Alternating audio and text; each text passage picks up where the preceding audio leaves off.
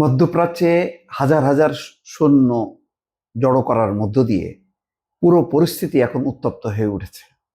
দেখেন, আজকে ইরান বলছে কি, মার্কিন সৈন্যদের হাঙরের খাদ্যে পরিণত করা হবে।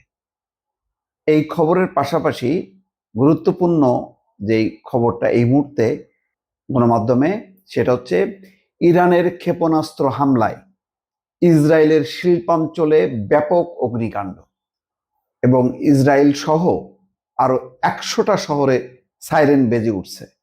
তার মানে ব্যাপকভাবে হামলা শুরু করছে ইরান।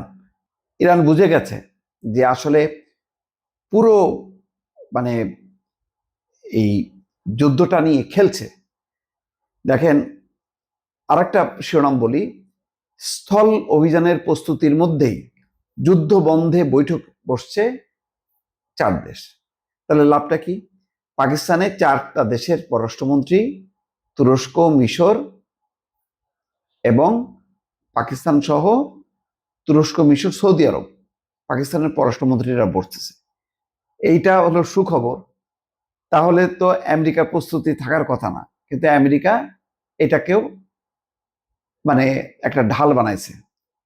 তো সেই কারণে ইরান এখন সর্বাত্মক যুদ্ধের প্রস্তুতি নিয়েছে। সেই কারণে বলা হচ্ছে, ইরানের জেনারেল বলছে যে মার্কিন সৈন্যদের হাঙরের খাদ্যে পরিণত করা হবে। ইরানের খাতাম আল আনবিয়া সেন্ট্রাল হেডকোয়ার্টার্সের মুখপাত্র জুলফাকারি সতর্ক করে বলেছেন, যুক্তরাষ্ট্র যদি ইরানে স্থল আক্রমণ চালায় বা দেশটির ভূখণ্ড দখলের চেষ্টা করে, তবে তা ভয়াবহ পরিণতির দিকে যাবে। এমনকি মার্কিন সৈন্যরা পারস্য উপসাগরে হাঙরের খাবার হয়ে যেতে পারে বলেও তিনি মন্তব্য করেছেন। রোববার দিয়ে এক বিবৃতিতে তিনি বলছেন, যুক্তরাষ্ট্রকে এই ধরনের কোনো পদক্ষেপ থেকে বিরত থাকতে সতর্ক করেন।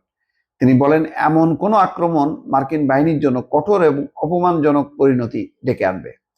তিনি মার্কিন প্রেসিডেন্ট ডোনাল্ড ট্রাম্পের বরাবর ইরানে স্থল অভিযান এবং পারস্য উপসাগরের দ্বীপগুলো দখলের হুমকিকে অবাস্তব বলে উল্লেখ করেন।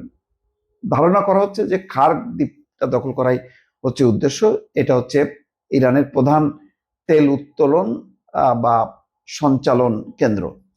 তার দাবি, এসব পরিকল্পনা বাইরের চাপের প্রভাবে নেওয়া হয়েছে এবং এতে মার্কিন নেতৃত্বের অবস্থান অসঙ্গত এবং অবিশ্বাসযোগ্য হয়ে উঠছে। জুলফাকারি বলছেন যে যুক্তরাষ্ট্র এমন এক সামরিক নেতৃত্বের হাতে কমান্ড দিয়েছে যার সিদ্ধান্তগুলো মার্কিন বাহিনীকে মরণ ফাঁদে ফেলে দিয়েছে।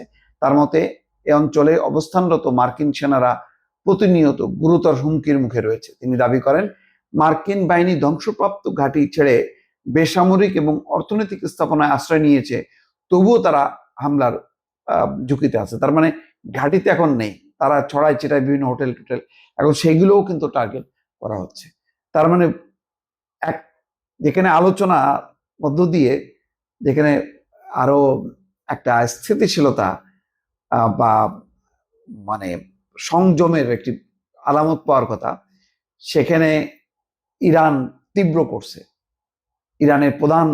ইসরায়েলের প্রধান শিল্পাঞ্চল, সেখানে ব্যাপকভাবে তারা বিস্ফোরণ ঘটিয়েছে। আরো 100টা শহরে সতর্ক সংকেত, বিভিন্ন জায়গায় হামলা চালাচ্ছে। সব মিলায় পরিস্থিতি কিন্তু একটা টালমাটাল অবস্থার দিকেই যাচ্ছে। দর্শক।